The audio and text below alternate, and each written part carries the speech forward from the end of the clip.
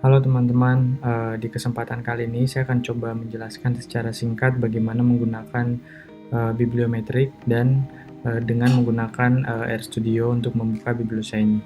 Nah, di skrip yang terlihat di layar ini sebenarnya adalah skrip untuk melakukan penghapusan duplikat. Jadi kalau misalkan teman-teman menggunakan beberapa database dan kemudian ingin melacak uh, beberapa naskah atau beberapa jurnal yang punya kesamaan atau punya duplikasi, nah itu bisa otomatis dilakukan dengan script ini.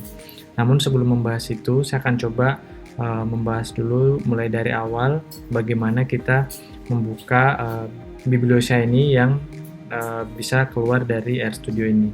Nah, jadi di dua baris paling bawah ini sebenarnya adalah semacam kunci pembuka. Jadi ketika teman-teman melakukan run, itu secara otomatis kita akan diarahkan ke uh, ke website atau mungkin ke tempat di mana kita bisa melakukan akses lebih jauh terhadap database yang teman-teman kumpulkan.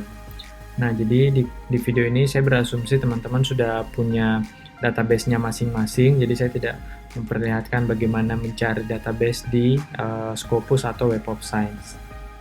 Nah, ini kita bisa langsung klik beberapa bagian di sini, langsung saja pilih data, lalu di bagian atas ini sebenarnya ada 3 kolom, tapi pilih saja dulu yang bagian pertama. Lalu di paling atas kita bisa pilih raw files. Nah, ketika kita memilih raw files ini, perhatikan di bagian database ini ada beberapa database, jadi ada Web of Science, Scopus, Dimension. Nah, teman-teman tinggal pilih apakah itu dari Scopus, apakah itu dari Web of Science. Nah, itu tergantung teman-teman sesuaikan dengan database yang dimiliki. Lalu setelah itu kita bisa klik browse, kita cari di mana kita menyimpan data kita. Jadi contoh misalkan kita sudah punya data Scopus, kita bisa melakukan dan menganalisisnya lebih jauh. Tinggal kita klik start. Tapi di kasus lain, kalau misalkan teman-teman punya beberapa database dan itu tadi sudah digabung, teman-teman bisa klik bagian kedua, load bibliometric files. Nah, bedanya dengan yang pertama tadi, kita sudah tidak diminta untuk memilih database apakah itu Scopus atau Web of Science, jadi langsung saja.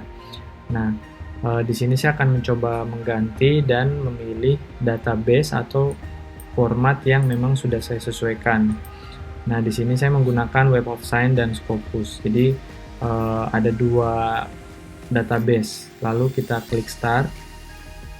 Nah, ketika kita melakukan tahapan ini, kita juga akan diperlihatkan ringkasan awal. Jadi ini semacam gambaran bahwa metadata dari database yang kita miliki itu cukup baik atau masih kurang baik. Nah, di sini kita bisa melihat ada penulis, ada dokumen, ada jurnal, bahasa, itu cukup baik. Tapi dua baris terakhir atau mungkin boleh dibilang tiga ini kurang baik dan itu mungkin akan berpengaruh dalam proses analisis nanti. Nah, contoh di tahap ini sebenarnya kita sudah berhasil ya, tinggal teman-teman membutuhkan data-data yang disesuaikan dari pertanyaan penelitiannya kalau memang ini studi bibliometrik atau informasi yang teman-teman butuhkan. Jadi secara gambaran umum kita bisa klik juga main information. Di bagian ini kita bisa menemukan gambaran umum, misalkan ini database-nya dari 95 sampai 2024, ada 2943 penulis, ada 1128 dokumen atau jurnal. Nah, itu teman-teman bisa cek sendiri. Di bagian overview kita juga bisa melihat production-nya, jadi sejak kapan sih sebenarnya tema-tema ini mencuat. Nah, ini kita bisa lihat tahunnya meningkat dan kemudian meningkat terus, lalu di 2024 masih 176. Nah, anggaplah misalkan teman-teman ingin melihat sumber-sumber yang relevan atau jurnal-jurnal yang memang berlangganan dalam menghasilkan topik-topik itu atau topik-topik dari riset teman-teman, itu bisa langsung di bagian sumber dan pilih most relevant source. Nah, ini teman-teman bisa lihat di sini ada Frontiers in Psychology, Computer in Human Behavior. Ini juga bisa jadi targetnya teman-teman ketika nanti misalkan punya naskah dan ingin mengirimkan naskah itu. Nah, di bagian ini mungkin akan membantu teman-teman melacak di mana jurnal-jurnal yang bisa teman-teman tuju. Ini ada bagian tabelnya juga. Ini bagian plot untuk ditampilkan. Lalu teman-teman juga bisa explore misalkan siapa penulis yang paling berpengaruh di bidang teman-teman.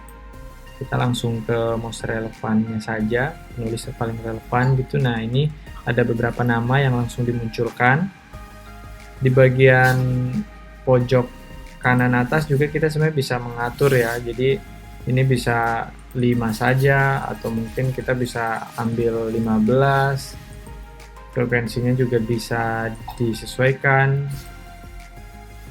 Nah, itu mungkin teman-teman bisa lihat dan menemukan beberapa penulis lagi yang punya pengaruh. Nah, di bagian konseptual kita juga bisa membuka di thematic map. Ini di thematic map ini kita bisa melihat tema-tema yang memang menjadi bahan dari topik riset kita. Nah, cuma ini karena jaringannya cukup lambat, biasanya berproses cukup lama. Nah, ini hanya 3 bagian. Nah, ini biasanya muncul karena ada beberapa implikasi, misalkan memang topiknya masih kurang terdeteksi, atau mungkin ini settingnya belum kita sesuaikan. Nah, kalau ini keyword plus, kalau kita perhatikan tadi di bagian awal, itu kan sudah diperlihatkan bahwa statusnya kurang baik atau miskin gitu, bukan bagian excellent.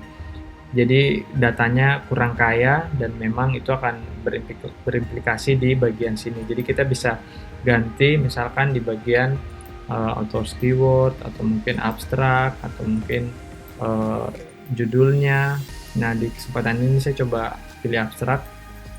Lalu kita bisa cek ulang lagi apakah ada perubahan. Nah, tentu saja karena di awal kita sudah paham kalau keyword plusnya kurang, nah itu pada saat kita analisis tentu hasilnya juga tidak akan cukup memuaskan atau mungkin hanya akan memperlihatkan sebaran-sebaran yang seadanya saja. Nah, ini karena masih bermasalah dengan jaringan, jadi kita harus menunggu sedikit lebih lama. Coba kita beralih dulu. Di network ini kita bisa melihat jejaringnya. Paling cepat mungkin tabel karena tidak membutuhkan gambar atau tidak membutuhkan size yang lebih.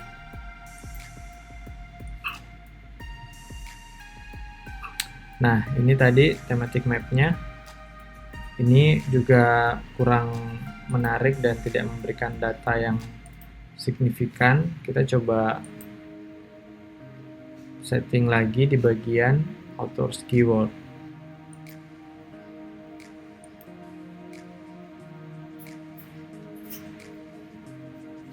Di beberapa kesempatan mungkin teman-teman memang harus membutuhkan proses melacak kembali, di mana option yang ada di bagian setting ini perlu dijelajahi sampai teman-teman menemukan temuan atau mendapatkan hasil yang lebih baik.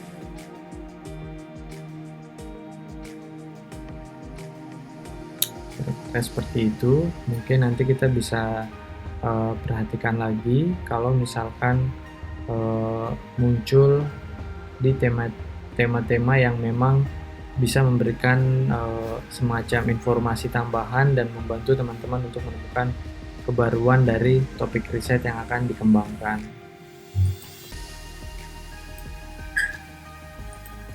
Coba kita berpindah dulu.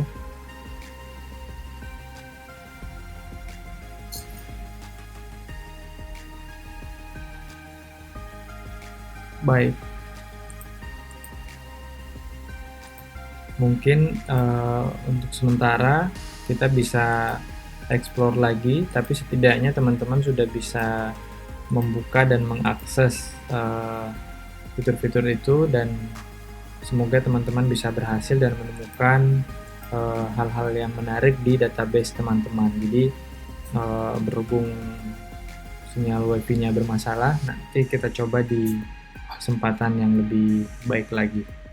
Jika ada pertanyaan, silakan tulis di kolom komentar dan akan coba saya jawab dalam waktu yang sesingkat-singkatnya. Terima kasih.